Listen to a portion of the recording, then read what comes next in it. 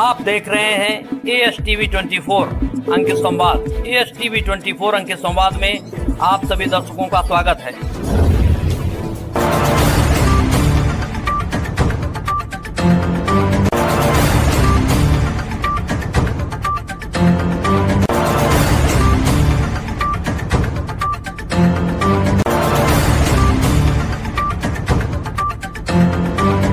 আমরা ASTV 24 থেকে এসেছি।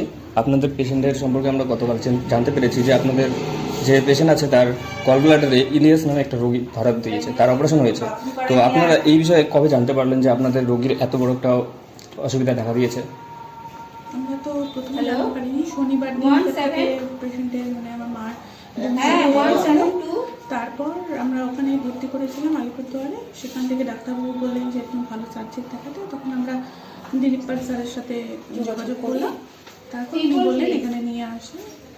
আচ্ছা, কী কী সমস্যা দেখা দিয়েছিল, মানে রোগটার সিনড্রোম কী কী ছিল এই বিষয়ে আপনি কি কিছু বলতে পারবেন?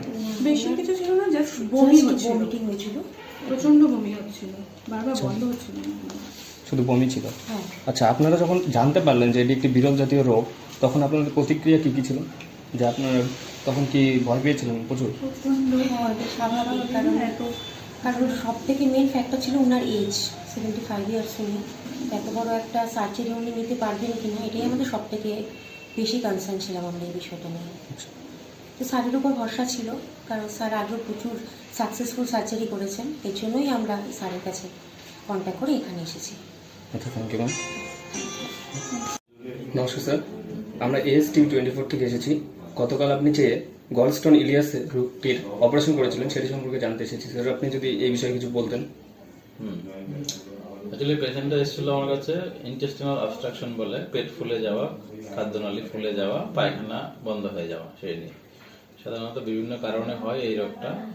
বয়স্ক পেশেন্ট ছিল, অনেক সময় ক্যান্সারের সম্ভাবনা থাকে বা খাদ্যনালী বেঁচে যায়, এগুলো সাধারণত আমরা দেখেছি। কিন্তু এক্ষেত্রে যেটা অপারেশন করার সময় দেখতে পেলাম যে গল ব্লাডার থেকে বিশাল বড় আকৃতির একটা স্টোন, মানে বড় আকৃতির স্টোন গল ব্লাডারে হলে অনেক সময় সেই স্টোনটা গল ব্লাডার ভেদ করে খাদ্যনালীর মধ্যে ঢুকে যায়।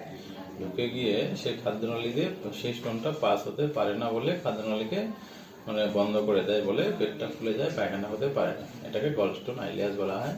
এবং এটা অপারেশনের সময় ব্যাপারটা কনফার্ম করা গেছে যে অ্যাকচুয়ালি কোনো ক্যান্সারের জনিত কারণে হয়নি, ওনার পেটের অবস্ট্রাকশনটা হয়েছে অ্যাকচুয়ালি গলস্টোনের থেকে। হ্যাঁ, তারপরে সেই স্টোনটা বের করে দেওয়া হলো, বের করে সেই খাদ্যনালীটা কেটে স্টোনটা বের করা হলো, খাদ্যনালী আবার পুনরায় জোড়া লাগিয়ে দেওয়া হয়েছে।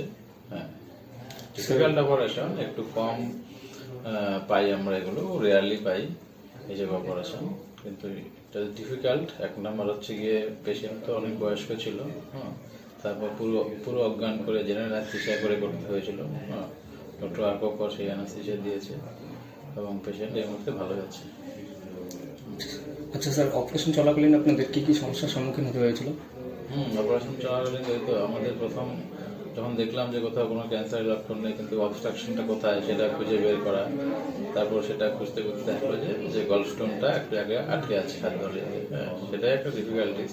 আর তারপর বয়স্ক পেশেন্ট অজ্ঞানের মধ্যে পুরো অজ্ঞান করা অবস্থায় আছে, সেইগুলো মেনটেন করা সব কিছু ডিফিকাল্ট ব্যাপার। স্যার, রোগীর বর্তমান অবস্থা সম্পর্কে যদি একটু জানাতেন। রোগী এখন মোটামুটি ভালোই আছে। তো আমরা প্রথমে 2-1 দিন না খেয়ে রাখি, তারপর আস্তে আস্তে খাবার দেওয়া স্টার্ট করব। খাবার দেওয়া স্টার্ট করলে খাবার যদি উনি সহ্য করতে পারেন, তারপর 1-2 দিনের মধ্যে আমরা ছুটি করব। স্যার, এই রোগ সম্পর্কে আপনি জনসাধারণকে কি বার্তা দিতে চান, কীভাবে ওরা সচেতন থাকবে? সেরকম এই রোগ সচেতন তো ওরা সেভাবে হতে পারবে না, কিন্তু পেটে এটা মানে পেটে অবস্ট্রাকশন নিয়ে এসে অবস্ট্রাকশন বিভিন্ন কারণে হতে পারে। হ্যাঁ, সেটা মেনলি গলস্টোন থেকে যে অবস্ট্রাকশন হয়েছে, গলস্টোন রোগ সেটা আলাদা জিনিস, সেটা সচেতনের জন্য খাওয়া দাওয়া কন্ট্রোল করতে হবে। হ্যাঁ, ঠিক আছে, থ্যাংক ইউ স্যার। ওকে। নমস্কার, আমি ডক্টর অর্ক কর, MD অ্যানাস্থেসিয়া। যে কেসটা নিয়ে কথা হচ্ছে সেটা এই 10 তারিখ মহারাজা নার্সিংহোমে হয়। পেশেন্ট প্রেজেন্ট করে খুবই খারাপ কন্ডিশনে, অ্যাকিউট অ্যাবডোমেন ছিল, শ্বাসকষ্ট ছিল, এজ খুবই বেশি, 75 বছর বয়স। অপারেশন করে জানা যায় যে এটা গলস্টোন আইলিয়াস ছিল। খুবই রেয়ার কেস এটা। ইনভেস্টিগেশন এবং ডায়াগনোসিস করা খুবই প্রবলেম ছিল। যাই হোক, ডক্টর দিলীপ পাল সার্জন এই অপারেশনটা করেন এবং আমি অ্যানাস্থেশিয়া দিই। অপারেশন একদম সাকসেসফুল হয়, কিন্তু যেহেতু পেশেন্টের বয়স বেশি, রিকভারি করতে ডিউরিং অ্যানাস্থেশিয়া অনেক প্রবলেম হয়, কিন্তু অপারেশন কিছুক্ষণ পরে পেশেন্ট নর্মাল হয় এবং পেশেন্টকে জেনারেল ওয়ার্ডে শিফট করা হয়। পেশেন্ট এখন খুবই ভালো আছে এবং সুস্থ আছে।